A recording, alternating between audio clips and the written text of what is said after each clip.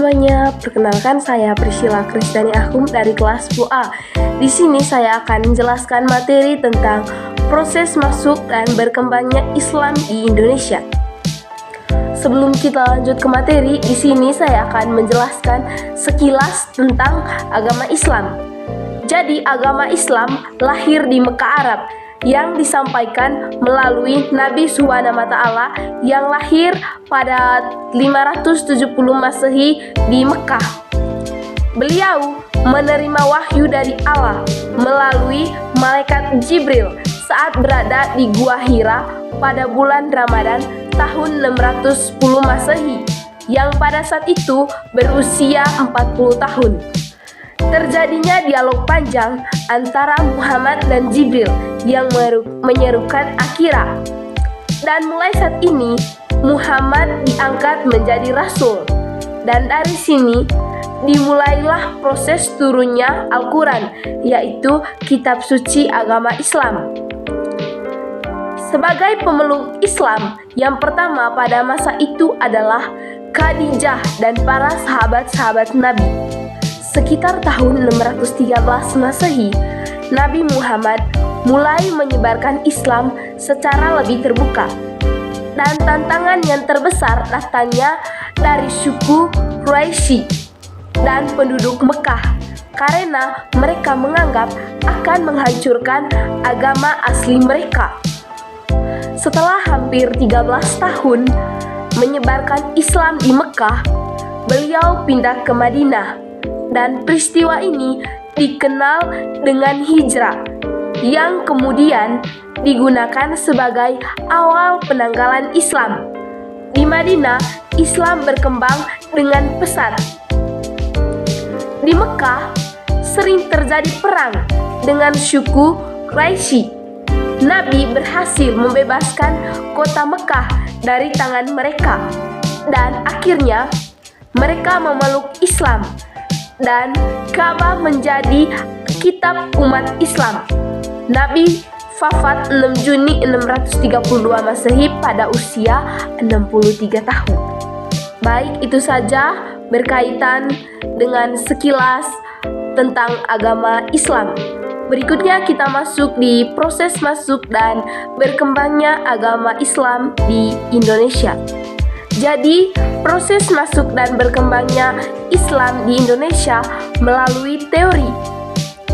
Ada 3 teori tentang masuk agama Islam di Indonesia. Yang pertama itu teori Gujarat. Jadi, teori ini didukung oleh Snow Khulgorance, W.T. Sufraheim, dan Fique. Menurut mereka, Islam masuk ke Indonesia sekitar abad ke-13 yang dibawa oleh para pedagang Islam dari Gujarat, India. Hal ini dikuatkan dengan 2 bukti. Jadi bukti yang pertama, adanya batu nisan Sultan Malik Al-Saleh atau Sultan Samudra Pasai yang meninggal tahun 1297 yang bercorak Gujarat, India. Bukti yang kedua, catatan Marco Polo yang pernah singgah di Perlak Aceh pada tahun 1292 dan mendapat banyaknya terdapat penduduk yang beragama Islam di sana. Teori Gujarat ini menganut mazhab Hanafi dalam penyebarannya. Yang kedua itu teori Mekah. Teori ini didukung oleh Buya Hamka dan J.C. Van Leeuwen. Islam masuk ke Indonesia sekitar abad ke-7 yang dibawa langsung oleh pedagang dari Arab Mekah. Buktinya itu adalah ditemukan pemukiman Islam di Baros pantai barat Sumatera pada tahun 674. Jadi, teori ini juga menganut mazhab Syafi'i yang merupakan mazhab terbesar di Mesir dan Mekah pada saat itu. Sultan Pasai menggunakan gelar Al-Malik, gelar yang biasa dipakai di Mesir pada masa itu. Dan pada masa itu ditemukan makam Fatimah binti Maimun di Gresik, Jawa Timur yang berangkat tahun 1082 dan sejumlah makam-makam Islam lainnya di Tralaya, wilayah Majapahit. Yang ketiga, teori Persia.